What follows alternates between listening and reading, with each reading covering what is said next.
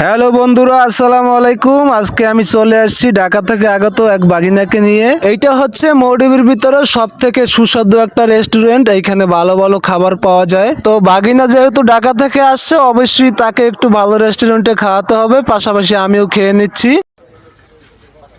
ভাইয়া, আপনাদের রেস্টুরেন্টে কি কি বিক্রি হয়?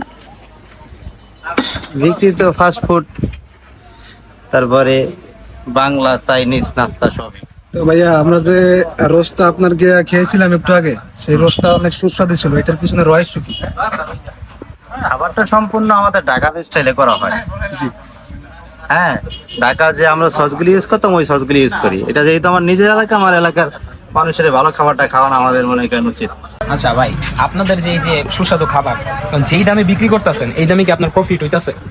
হ্যাঁ, হইতেছে। হ্যাঁ, যে যেমন নরমালি হচ্ছে ঢাকাতে এটা বিক্রি করে হচ্ছে আপনার 130 টাকা থেকে 50 টাকা, হ্যাঁ। আপনি সেটা বিক্রি করতেছেন 70 টাকা, যে সেম ফ্লেভারে মানে সেম সুস্বাদুর মধ্যে, আপনার প্রফিট থাকতেছে।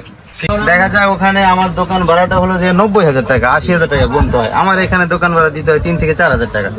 সব ধরনের ভেজাল মুক্ত পদার্থ দিয়ে হচ্ছে খাবারটা তৈরি করে, কিন্তু খাবারটা কম দামে বিক্রি করতেছে, তার প্রফিটও থাকতেছে।